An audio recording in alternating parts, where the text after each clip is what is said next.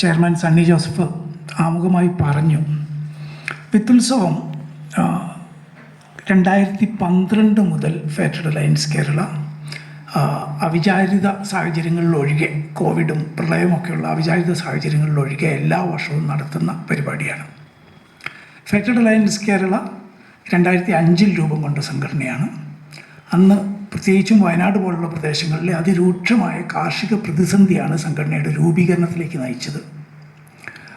Farmers relief forum പോലുള്ള, മലനാട് കർഷക രക്ഷാസമിതി പോലുള്ള, കർഷക വേദി പോലുള്ള അനേകം പ്രക്ഷോഭ രംഗത്ത് നിലനിന്നിരുന്ന സംഘടനകളിലെ പ്രധാനപ്പെട്ട പ്രവർത്തകരാണ് ഫെഡറൽ അലയൻസ് കേരളയുടെ സ്ഥാപകാംഗങ്ങളും ആദ്യ കാലഘട്ടത്തിലെ പ്രവർത്തകരുമായിട്ടുണ്ടായിരുന്നത്. അപ്പോൾ കർഷക പ്രതിസന്ധിക്ക് പ്രക്ഷോഭത്തോടൊപ്പം മറ്റു വഴികൾ കൂടി അന്വേഷിക്കണം എന്ന ഒരു ചിന്തയുടെ ഭാഗമായാണ് ന്യായ വ്യാപാരം അല്ലെങ്കിൽ ന്യായ വിപണി എന്നൊരു തത്വത്തിലേക്കും പ്രയോഗത്തിലേക്കും സംഘടന എത്തുന്നത്. അങ്ങനെ കഴിഞ്ഞ 19 വർഷമായി നമ്മുടെ കശുവണ്ടി, കാപ്പി, സുഗന്ധവ്യഞ്ജനങ്ങൾ, നാളികേരം, കൊക്കോ തുടങ്ങിയ ഉൽപ്പന്നങ്ങൾ ഒരു മിനിമം വിലയ്ക്ക്, ഒരു ഫെയർ ട്രേഡ് മിനിമം വിലയ്ക്ക് കർഷകരുടെ അടുത്ത് നിന്ന് സംഭരിക്കുകയും അത് സംസ്കരിച്ച് ഫെയർ ട്രേഡ് മുദ്രയോടുകൂടി ലോകത്തിൻ്റെ വിവിധ ഭാഗങ്ങളിലേക്ക് കയറ്റി അയക്കുകയും ചെയ്യുന്ന ഒരു സംഘടനാ സംവിധാനമാണ് ഫെഡറൽ അലയൻസ് കേരളയ്ക്കുള്ളത്.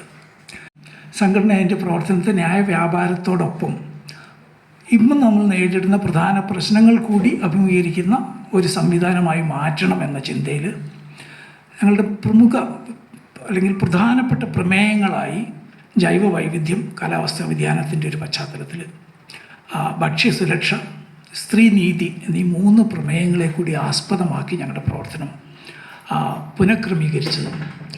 അതിൻ്റെ സ്വാഭാവിക തുടർച്ച എന്ന നിലയ്ക്കാണ് വിത്തുത്സവം ഉദയം കൊള്ളുന്നത്.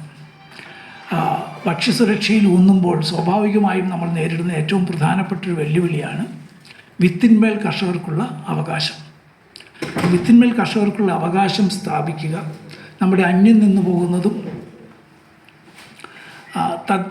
തദ്ദേശീയമായ വിത്തുകൾ കണ്ടെത്തുക, സംരക്ഷിക്കുക, പ്രചരിപ്പിക്കുക. അതോടൊപ്പം ഈ വിത്തിൻ്റെ കാഴ്ചയ്ക്കും കൈമാറ്റത്തിനുമുള്ള ഒരു വാർഷിക വേദി ഒരുക്കുക എന്നുള്ളതാണ് വിത്തുത്സവത്തിൻ്റെ പിന്നിലുള്ള പ്രധാനപ്പെട്ട പ്രചോദനം. ആ രീതിയിൽ കഴിഞ്ഞ 10 വിത്തുത്സവങ്ങൾ കഴിഞ്ഞു. 11ാമത്തെ വിത്തുത്സവമാണ്. ഈ കാലഘട്ടത്തിനുള്ളിൽ എനിക്ക് തോന്നുന്നത്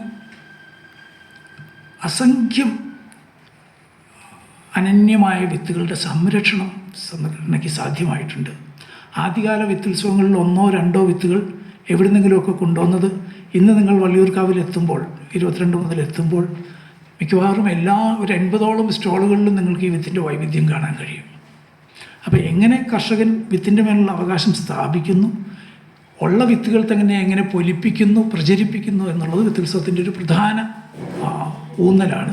പ്രമേയങ്ങളിലുള്ള, ഞാൻ നേരത്തെ സൂചിപ്പിച്ച ജൈവ വൈവിധ്യത്തിൻ്റെയും ഭക്ഷ്യസുരക്ഷയുടെയും സ്ത്രീനീതിയുടെയും പ്രമേയങ്ങളിലുള്ള സംഘടനയുടെ തന്നെ ഒരു വിലയിരുത്തൽ, അതിൻ്റെ ഒരു അവലോകനം, ഇനി പുതുവഴികൾ അല്ലെങ്കിൽ അടുത്ത ചുവടുകൾ എങ്ങോട്ട് പോകണമെന്നുള്ള കൂട്ടായിട്ടുള്ള അന്വേഷണം, ഇതാണ് വിത്തുത്സവത്തിൽ നടക്കുക. കേരളത്തിനകത്തും പുറത്തും നിന്ന്, ഇന്ത്യയുടെ വിവിധ ഭാഗങ്ങളിൽ നിന്ന്, വിദേശ രാജ്യങ്ങളിൽ നിന്ന് വരെ വിത്തിന്മേൽ കർഷകർക്കുള്ള അവകാശത്തിൽ പ്രവർത്തിക്കുന്ന അനേകം വ്യക്തികൾ വിത്തുത്സവത്തിൻ്റെ ഭാഗമായിട്ടുണ്ടാവും.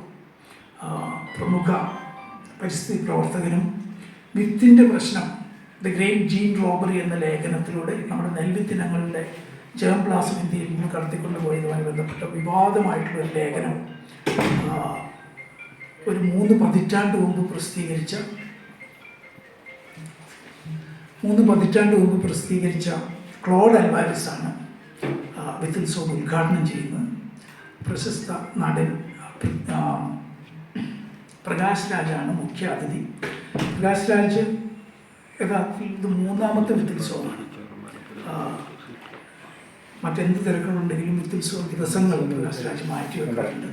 ഞങ്ങൾ സെലിബ്രിറ്റി ഗ്രാമം എന്ന പേരിൽ ഒരു 150ഓളം ഇനം വാഴകളുടെ പ്രദർശനവും അതിൻ്റെ വിത്തിൻ്റെ സംരക്ഷണവും നടക്കും. വിത്തിൻ്റെ വിതരണവും നടക്കും.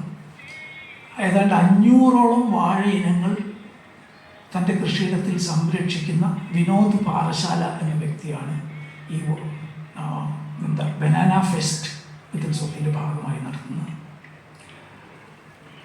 കുട്ടികളുടെ നിശ്ചയമായിട്ടും ആശ്രയിച്ചിരിക്കുന്ന കുട്ടികൾക്കും യുവാക്കൾക്കും കൃഷിയുടെ താല്പര്യത്തെ അടിസ്ഥാനപ്പെടുത്തിയിരിക്കും.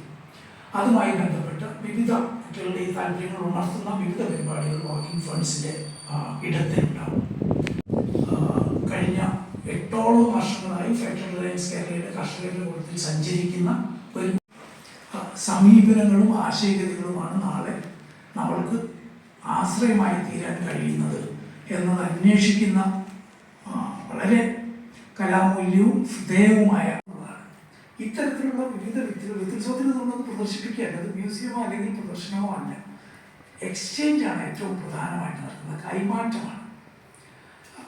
വിത്തുത്സവത്തിൽ ആദ്യത്തെ 2ഓ 3ഓ എഡിഷൻ വിത്തുത്സവത്തിൽ കേരളത്തും ചെറുപുഴയിലും നടവയിലും വിത്തുത്സവത്തിൽ വന്ന തമിഴ്നാട്ടിൽ നിന്നും കർണാടകത്തിൽ നിന്നുള്ള കർഷകർ ഇത്തവണ അവരുടെ സ്റ്റോളുകളുമായി വിത്തുത്സവത്തിൽ എത്തുന്നുണ്ട്. അപ്പോൾ ഇതിൻ്റെ ഏറ്റവും പ്രധാനപ്പെട്ട വളരെ പ്രകടമായി നമുക്ക് മനസ്സിലാക്കാൻ കഴിയുന്ന ഒരു മാറ്റം എന്ന് പറയുന്നത് തീർച്ചയായിട്ടും ഈ അന്യം നിന്ന് പോകുന്ന തദ്ദേശീയമായ വിത്തുകളുടെ കാര്യത്തിൽ കർഷകർക്ക് സാധ്യമായിട്ടുള്ള വിത്തിൻ്റെ പൊലിമയാണ്. കാരണം അത് അതുപോലെ വ്യാപകമായി കഴിഞ്ഞു. കന്നുകാലി ജനുസുകൾ, നാടൻ കന്നുകാലി ജനുസുകൾ എല്ലാ വിത്തുത്സവത്തിലും ഉണ്ടാവാറുണ്ട്.